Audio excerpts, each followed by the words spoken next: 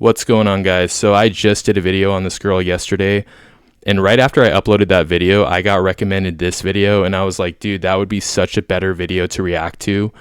So yeah, let's get into it. She's going to complain about how like she has pretty privilege, and she doesn't like being pretty while also having autism. So there's a pretty good chance I will tear this apart. So let's get into this.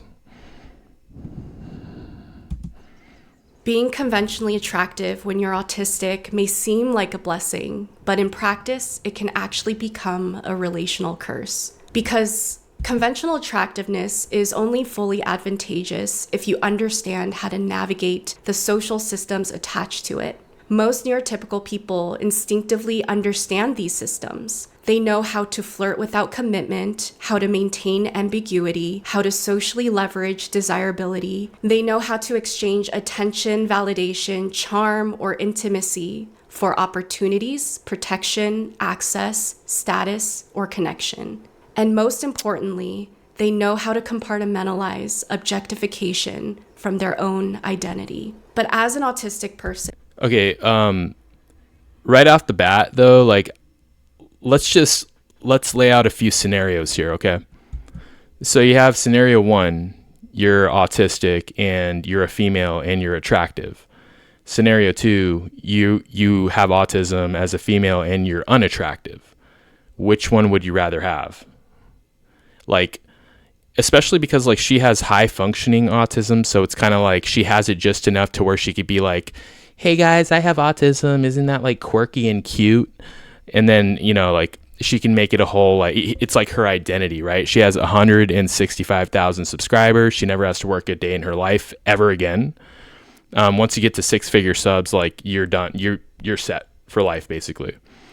And yeah, I mean, like, so, and it's because she has like this pretty privilege, that's why she is where she is. Okay. Now the flip side, she has autism and she's ugly. Okay. As a girl. Now, yeah, I mean, if you're an ugly girl, you can still get laid whenever you want, just because by virtue of being a woman, you can get sex anytime, but you're not going to have as smooth of a ride getting to this many subscribers on YouTube, if ever. You know what I mean? You're not going to be taken as seriously. People aren't going to pay as much attention to you. Okay, so obviously she has the better experience of the two. Now, let's say, we look at a different dichotomy. Like, would you rather be a pretty girl with autism, or would you rather be an ugly dude with autism, right? Or a guy with autism at all? Okay, like, as a dude with autism, it's a completely different a story, because like you are the one, like if you're gonna, like, let's say talk about dating, like you are the one who has to like navigate it and make all the moves, and you have to make shit happen. And if you can't read social cues and you just suck at talking to people, it's going to be a nightmare. Now, if you're really attractive, that that'll kind of buffer that a little bit. But like if you're like an average looking guy with autism, you're fucked, like when it comes to dating and probably like life in general, right? So like she has the absolute best scenario you can think of as someone with autism. Like she's high functioning, she's a female, and she's attractive. Like you can't get any better than that if you're going to have autism. You know what I mean? So I mean, I like people, man, they just complain about anything. Like, all right, let's go. I don't naturally engage with people that way. I don't instinctively experience attraction as social currency. I don't naturally understand the invisible contracts people attach to attention and connection. And I don't want relationships to feel transactional or strategic. So instead of experiencing the advantages of conventional attractiveness, I mostly experience the maintenance cost of it. I really don't think people realize how isolating being conventionally attractive and being autistic is when people, regardless of their gender and regardless of their sexuality, are attracted to me. There's so much projection there that I feel like I'm not being seen for who I am. Because once someone desires you, once someone objectifies you and they want something from you, they're not going to see you for who you are anymore. They're going to interpret everything you say and do and don't say and do through the lens of what they want to see. They're going to want to see you as someone who reciprocates them back and likes them back. So if you're nice and open and warm, they're going to see it as, oh, she likes me too. If you're more standoffish and you try to close yourself off to the connection because you don't want to lead someone on, they might think that you want them to try harder, or they might think that you are doing all that because you think you're better than them. Whatever it is, right? Every single time I could see that someone is attracted to me, immediately I just can't keep connecting with them anymore. Because even if this is that's going to be a really rough life for you, because yeah, you are pretty, you are very attractive, and like 100% of guys who talk to you would hit. Okay, like 100% of guys who talk to you, you know, either are actively like currently trying to hit, or like they're just keeping you on the back burner for like a time when they think that it might be appropriate for them to try to hit. Like, I'm just going to give you like real talk. Channel name is Real Talk 100. So I'm going to give you real talk right now. Okay. Like, if that's not what you want, if you don't like that scenario, like, that's going to suck for you. But again, the alternative is, let's say you were ugly, like really ugly as a female, to where like you're just invisible. Would you rather have that? You know, I highly doubt it. Because, you know why I highly doubt that? Because you actively do things to make yourself pretty. Like you put on the makeup, you do your hair, put product in it. It's all shiny. It's all perfect. You have like, you know, you wear you have that top. It's like a low cut top, you know, with just like a string holding it up. You know, you have the tattoos that draw attention to your skin. You know, it draws attention to you in general as a whole. You do all of these things to draw attention to yourself and to pretty yourself up. So like, I highly doubt you would rather be ugly, because if that were the case, you would be doing the opposite. You wouldn't even own makeup. You would just do the bare minimum to upkeep your hair. Like, you wouldn't have any tattoos, or if you did, they wouldn't be these like little pretty flowery leafy fucking tattoos. You know, you'd probably just be wearing like a fucking baggy hoodie and like baggy sweats. You know what I'm saying? So like, come on, don't bullshit. Don't cap. Come on. a person that I feel like I would get along really well with as friends and as humans. Let's say we could make a lot of fun jokes together and laugh a lot together and have a lot of fun together. Maybe we have similar interests or whatever. Maybe our personalities mesh. None of that matters anymore, because when someone likes you, they will always see what they want to see rather than what is actually real. And that's a lot of responsibility for me to take on for simply existing. I have to constantly think to myself, what am I wanting to say and do? And how is that going to be interpreted? And is that interpretation accurate? And if not, what are the consequences of that interpretation?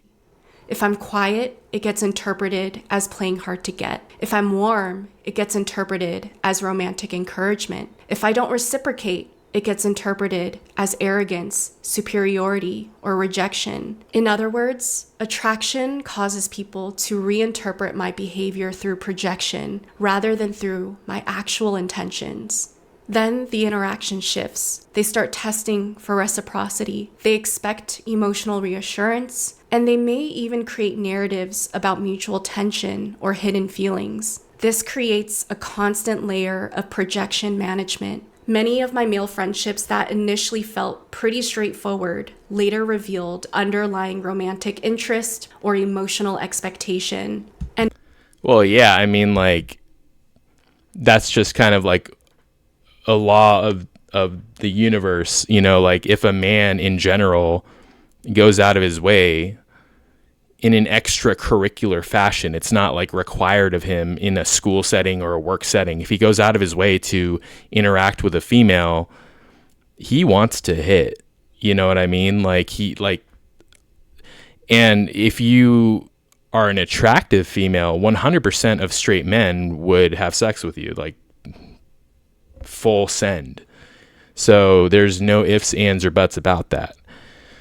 Now, if you wanted really for people to be more likely to just pay attention to what you have to say, then I guess what you can, instead of like just paying attention to how attracted they are to you, I mean, why don't you just shave your head and stop wearing makeup and just wear like, baggy clothes, just have this aesthetic where you're doing everything to signal that you don't want to look attractive or that you don't want to go out of your way to try to look attractive. I'm not saying like get out of shape. In fact, that's not even a serious piece of advice. I don't think you should do that because like, like if you're doing what you're doing with your looks right now, it's because you want to, right? So like you're getting something out of it. You're getting a net positive out of it. So like, don't do that. But I'm actually just making a broader point of like, you would hate that life. You would hate that life of just being invisible. And then like, some people, they pay attention to what you have to say, but other than that, like they don't even acknowledge your existence because you're not attractive. They can't, get that out, get something out of you, so to speak. I mean, human beings, everything is a transaction, technically speaking, right? Like it's a matter of like reciprocity. Like, are you getting, out in an interaction with other people? It's like, what are you getting out of it? What are they getting out of it? Like on the balancing beam, like how well balanced is it? And it's just a matter of like managing that, so, yeah, anyways, but yeah, like dudes are going to try to hit, like, what do you even think? Like, come on. And once that shift happens, the friendship often stops feeling psychologically safe in the same ways. Will warmth be interpreted as attraction? Will sincerity create attachment? Will my openness be mistaken for an invitation? Will someone retaliate emotionally if expectations are not met? And with women, the issue is often less overt, but more relationally diffuse. Admiration, comparison, mirroring, inspiration, competition, and identity can become fused together. Closeness can start shifting toward enmeshment, imitation, or underlying comparison dynamics. And another thing that This is like if somebody was like born into a wealthy family and they made a video like, the bad parts about being wealthy, like sometimes the caviar isn't as fresh if it's from like a lower end fine dining restaurant, than the higher end ones. You know what I mean? Like it's just like, it's not even first world problems. It's like the most privileged of the first world's people problems. You know what I mean? I notice that happens very often is I will trigger people very, very intensely, whether that's someone who's attracted to me or whether that's someone who admires me. But I notice that being myself will viscerally trigger another person to feel bad about themselves. And their response to that inadequacy and that insecurity can... Wait a minute, you got 2 rings on your left ring finger? So are you like double married or like... What does that even signify? Is that just like, I doubt like this girl is the marriage type, like just looking at her aesthetic. Nothing wrong with that, by the way. Like I'm not really the marriage type, but I'm just making an observation. But yeah, 2 rings on the finger. So I'm going to guess that's kind of like it signifies like rebellion against the marriage system. Like I refuse it. In fact, I'll put 2 rings on my ring finger and still not be engaged or married, and I don't give a fuck. Like that's kind of the signal I'm getting from that.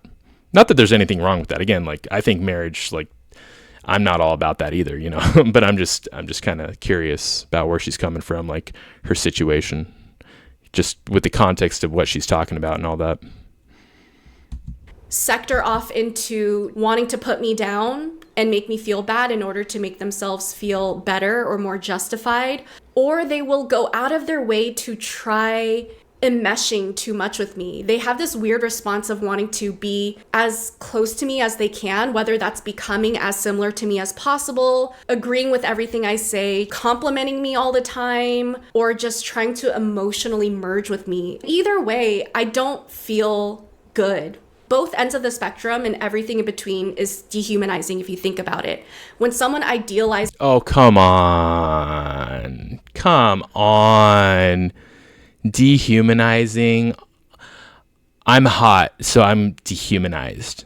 You know what's dehumanizing? If you're like an unattractive dude and you're invisible to girls, that's dehumanizing. Where like if you were like on fire, there are dudes out there.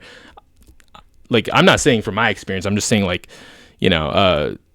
people, you just see it, right? Like guys are invisible, right? And they, they have just the most abysmal, shittiest lives. I mean, there's a lot of accounts online of these guys talking about their life stories and just how shitty it is when they're not attractive. And I mean, that is dehumanizing when you're a guy and you're, within dating age range, like let's say between like 20 and 30, and, girls your age are looking through you. They don't even acknowledge that you exist,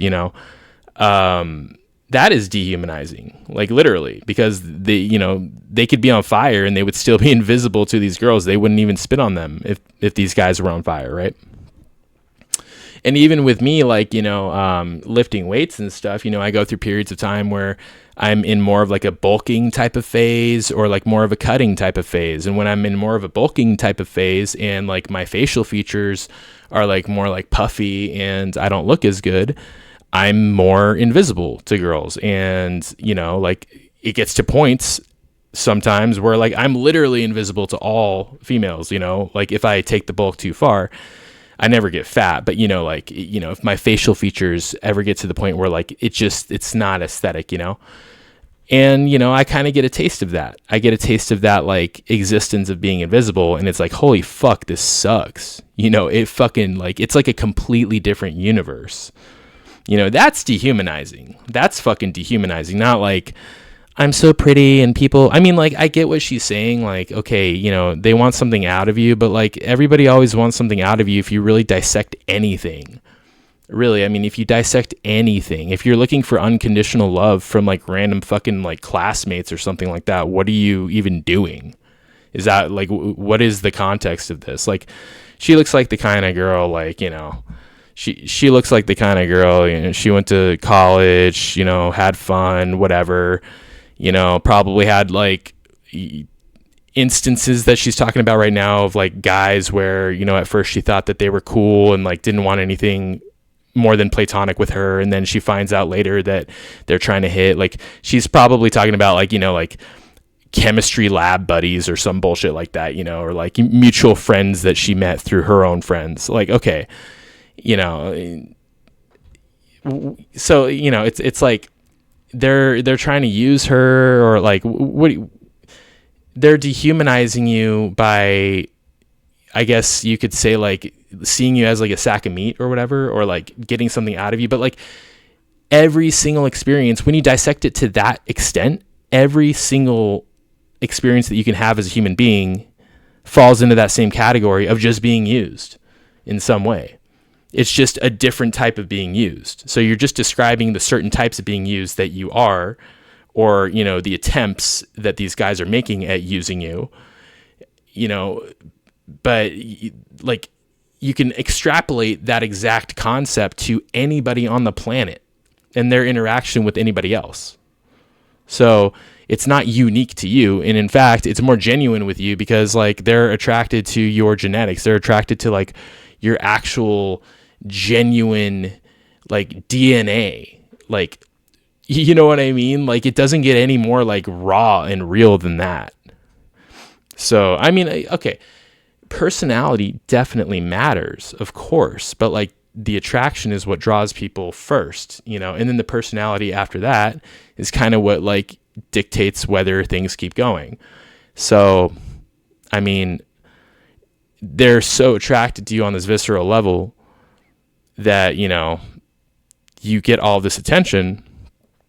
And, I mean, now you're saying it's dehumanizing. Well, how are you supposed to make it so they're not attracted to you on a visceral level like that? Shave your head, stop wearing makeup? Is that really what you want? Apparently not. Again, the tattoos, the makeup, the hair, the low cut shirt, like, I'm thinking you like being pretty. I'm thinking you're getting something out of it. You know what I mean? You that much, and they want to get as close to you or become as similar to you as possible in order for them to feel good with themselves. That feels dehumanizing for me. I don't feel like a person. I feel like an object. I feel idealized. On the other end of the spectrum, you're constant. Again, try being invisible. Like, try being an autistic dude who's like average looking, right? Would you rather that? I mean, come on, you know. Being villainized for another person's insecurity. And so they will go out of their way to be defensive towards you or even attack you in order for them to feel like they are fighting for their own right to exist and be confident in themselves. Meanwhile, you're not even telling them that they have to fight for that right, but they will project that intention onto you to simply feel secure. These types of exchanges also makes me feel very dehumanized because I feel like I'm not here, right? I'm just being used as an excuse for another person to feel better about themselves and to feel more secure, but in a way where they can't access that security without feeling like they're fighting some external bad guy in order to gain access to feeling better. It does feel dehumanizing to always be put in that position again and again. Sweetheart, that's just called being a living organism, okay? Like, look, we're all derived from you know, this event way back in the day. We all have a same common ancestor. We're all cousins. We're distant cousins. Animals that you see running down the street, deers running across the road, they're our cousins technically. They're distant cousins, okay?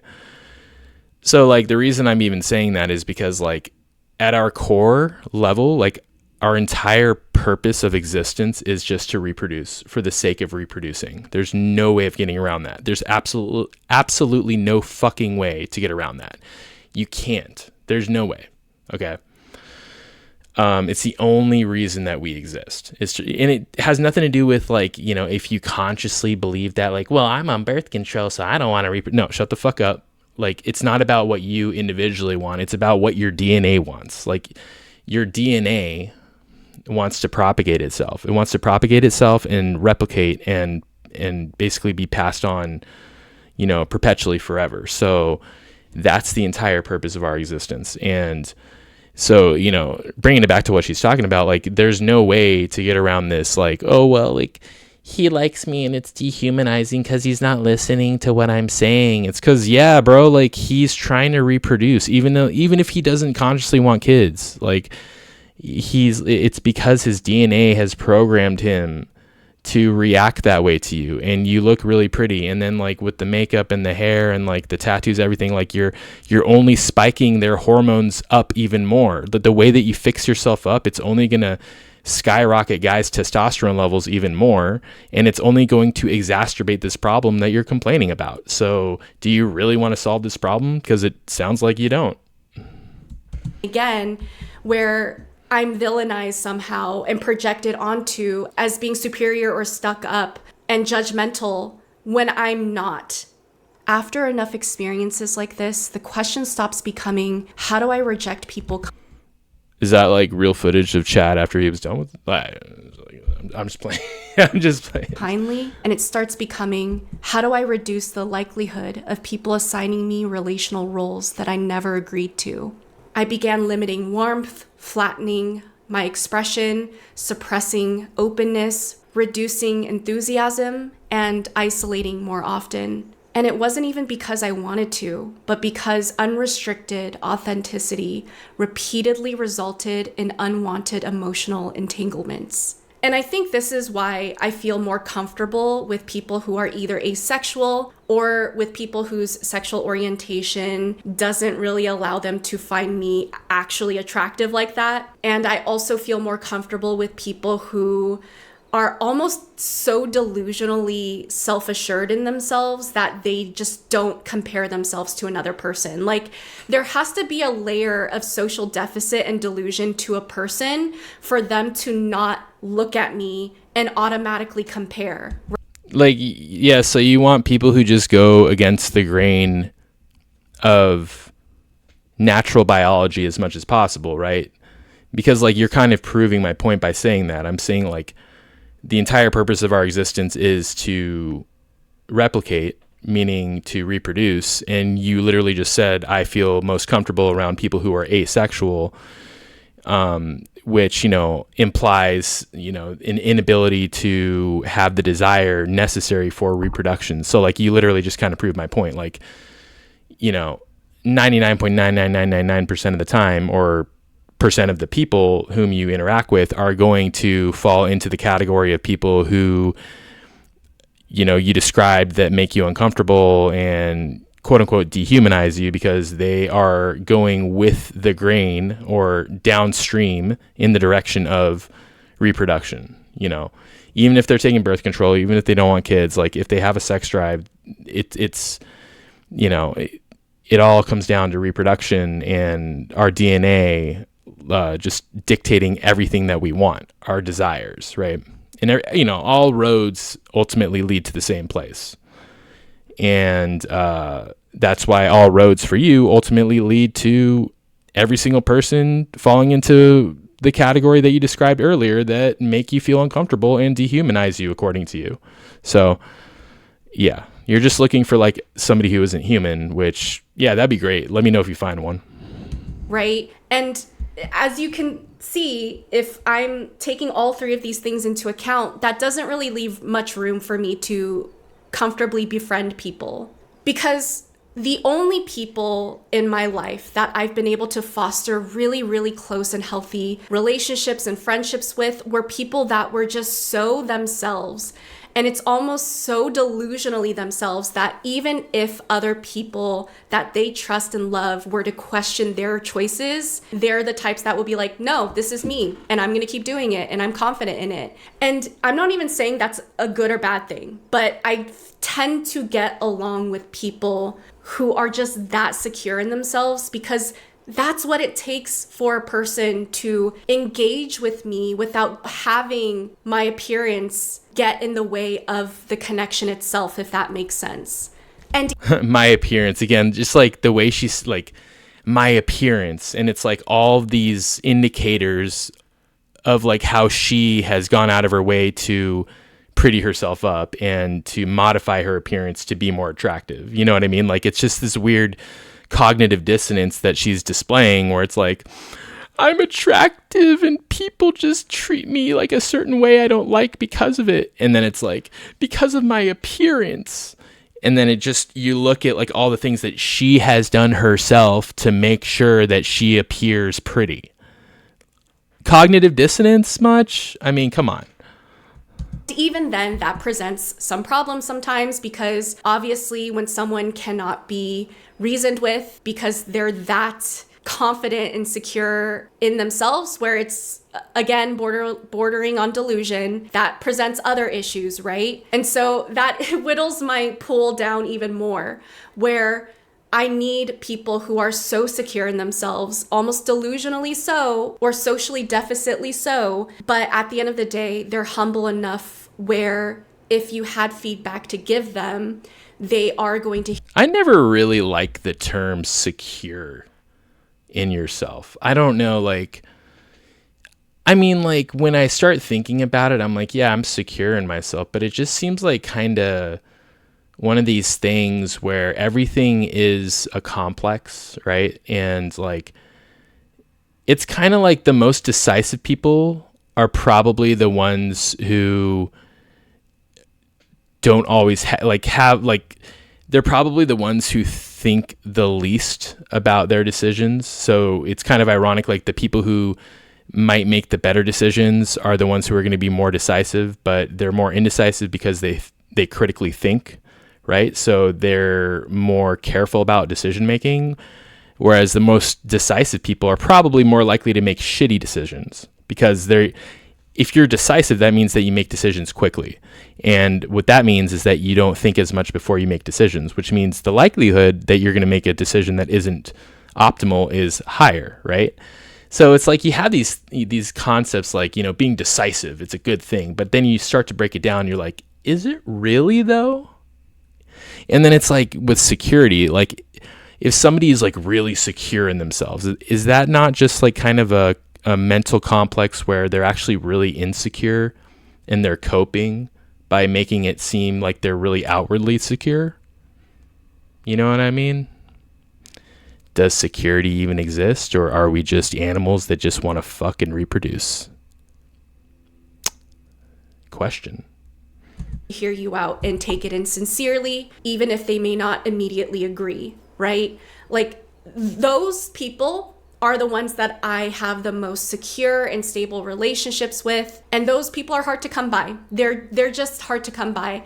And at this point in my life, I've accepted that I am a type of person based off of what I am on the inside and what I look like on the outside, am not going to be easily digestible for other people. And I need to have more boundaries for myself to keep myself safe and to ensure that I can live a sustainable life through being a lot more picky and intentional about who I'm getting close to and fostering relationships with. Because before I was diagnosed, before I started unmasking and deconstructing my... Wait, I wanna read this. I genuinely didn't know I was conventionally attractive until this year. I'm 30. Come on. You went 30 years without realizing it? Cap, bro. It took another close autistic friend thoroughly and persistently explaining to me why I'm considered conventionally attractive for me to finally understand. Well, here's the weird thing about that doesn't make any sense at all. So you don't know that you're conventionally attractive. Oh, I have no idea. I don't even know what attractive means. Like, I don't. So you're implying that you can't identify attractive people from unattractive people, right? Like, that's what you're implying. Because if you could, then you can look at yourself and you could, identify that you're pretty attractive. Like, yeah, I mean, our judgments of ourselves can be kind of off sometimes, but like, you can generally get a ballpark, right?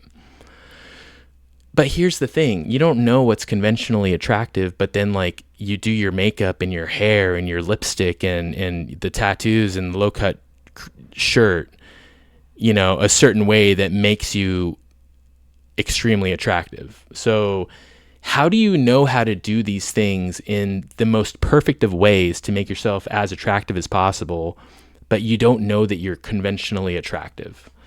You see how those are kind of like contradictory and don't really make much sense?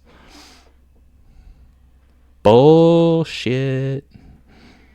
My own identity as a human being, I would just kind of freeball life in a sense. If someone wanted to be my friend, I just explored it with them and saw how it went. Usually it didn't go well. And I would just kind of instinctually respond to whatever happened to me without understanding how exhausting all of these sorts of social exchanges were fundamentally, just because I looked the way that I did. I didn't know what specific boundaries I had was being violated. I didn't know why they were being violated. All right, let's read this. My specific autistic social deficit comes through in my struggles to see how society tends to categorize me. It takes me a long time to get to a point where I go, oh, that's how they see me. That's how they interpreted my actions.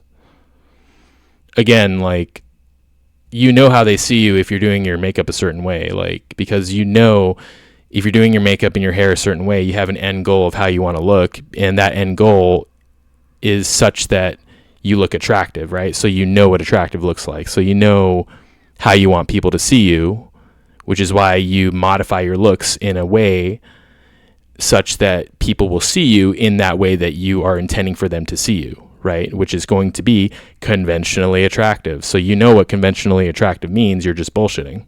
Violated. I didn't know what these people wanted from me. I didn't know why these people had harbored resentment towards me, and I didn't know what was expected of me, and I didn't know what I was allowed to say and not say. Like, it was just very confusing and very exhausting. And I think that's the core issue of all this. When you are autistic and unwilling to manipulate, strategically flirt, leverage desirability, or participate in transactional social dynamics. You don't need to flirt as a girl. Like, strategically flirt. Like, as a girl, especially when you're attractive, you just sit there and wait for your DMs to fill up. Like, what do you mean strategically flirt? Like, the dude is going to try to hit. He's going to hit you up, right? The dude is going to try to hit no matter what. There's no flirting involved. Flirting doesn't even really exist. Let's be honest. Like, what is flirting? It's just talking, right? Like, what the fuck? Like, it's not even a concept that is real if you actually break it down. Conventional attractiveness can stop functioning as a social advantage and start functioning more like chronic social exposure. You end up paying many of the psychological costs associated with attractiveness while rarely cashing in on the benefits that people assume comes with it. I don't think people fully realize how much being conventionally attractive paints over every little decision that you make throughout your day. I'm sorry. I know I keep saying it, but it's like, she's like, people don't realize how much it sucks being attractive. And it's like, she's literally all dolled up and prettied up. Like, you do this to yourself. You know what I mean? Like, you literally do this to yourself. And you're like, I'm just poor me. It's like me. Like, I got muscle, right? It's like me being like, you guys just don't understand how much it sucks to have muscle. Like, it just really sucks. Like, it's the worst thing ever. I kind of did that to myself, right? Going to the gym, lifting, eating a lot of protein, eating a lot of calories in general, always hitting my protein goals, like getting to this point. Like, I kind of did it to myself in that regard, the whole getting muscle thing. So if I were to complain about it, it'd be kind of weird, so yeah. Okay. That might seem inconsequential or unrelated. Every single time I go out and I have to interact with a person, I have to ask myself, who am I interacting with? And how will my appearance impact the biases this person is going to have against me? How will my appearance that I orchestrated with makeup and hair and, doing my eyelashes, right? Like, and her lip gloss and the earrings, the low cut shirt. How will my appearance, which like 99% of my appearance right now is shit that I've done to myself, how will that negatively affect me in this interaction?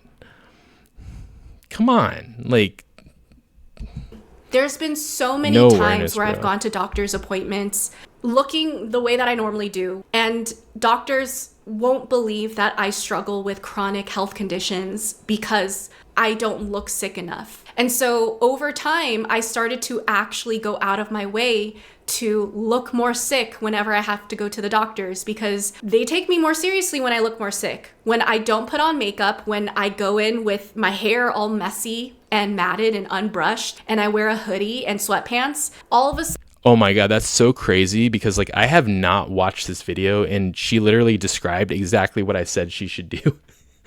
Like earlier, I was like, okay, don't do your makeup. Like, just keep your hair at like minimum maintenance and like just wear a baggy hoodie and like sweatpants. I literally said that exact same thing. And look, people treated you differently, right? So what reality do you want? It's up, like, no, what reality do you want? Sudden, the chronic pain symptoms that I talk about isn't questioned all the time. And all of a sudden, they're more concerned for my health. Although I will say doctors should always take you seriously no matter what. So like, that part is pretty shitty. So I agree with her. Like, doctors should always listen no matter what. So many barriers that conventional attractiveness creates. It's just a matter of, do you have enough social knowledge and fluency and even willingness to use your conventional attractiveness to your advantage in order to make the disadvantages more tolerable? Or are you the type of person that will have to put up with the disadvantages while simultaneously not making use of the advantages that you have? Because that's the boat I'm in. Y'all, that's the boat I'm in. It's not fun. It's not fun. But yes, y'all. I think that's going to be it for... When she breaks character, you can kind of see her real personality break out. Like, it's not fun. Like, she has like the social knowledge and she knows what she's doing. Like, there's a lot of like bullshit here. Like, the makeup is a great, she was talking about like, not wearing makeup. Like, makeup is a great sort of, representation or, what's the word? I can't even think of the word. It's you know, it's like a, yeah, just representation of like this whole entire video. It's just not real. It's fake, you know. Figurative. That's what I meant. Like, it's a figurative way to describe what she's been describing this entire time. It's like, come on, you just broke character there, and you can, you know, it's not good, guys. It's not good. I mean, come on. Let's not bullshit here. Let's not bullshit. For today's video, if you learned something new, let me know in the comment section down below. If you relate, let me know in the comment section I did not learn anything new whatsoever. down below. If you have nothing to say, then leave an emoji that has the color green in it, because I love the color green. So just put whatever emojis that tickles your fancy and stimulates you that has the color green in it. Give this video a like.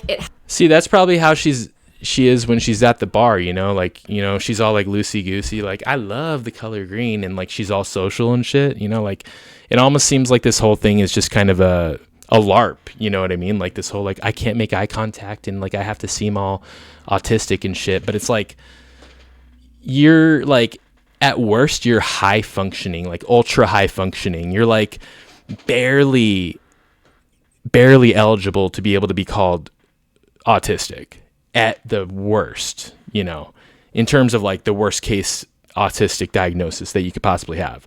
Like, you're ultra high functioning, you know, you got 165,000 subs because you're pretty, because of your fucking pretty privilege that you're complaining about. And you broke character a couple times, and it seemed pretty socially normal. So I'm skeptical with this girl, but you know, she's done. I'm done. We're all done. Hopefully you guys enjoyed this video. Please subscribe. 500 subs. I'm going to do a reaction to Clavicular's latest interview. And yeah, come on, guys. Let's get this up. Let's get the sub count up. Thank you for watching. Have a great day. Bye.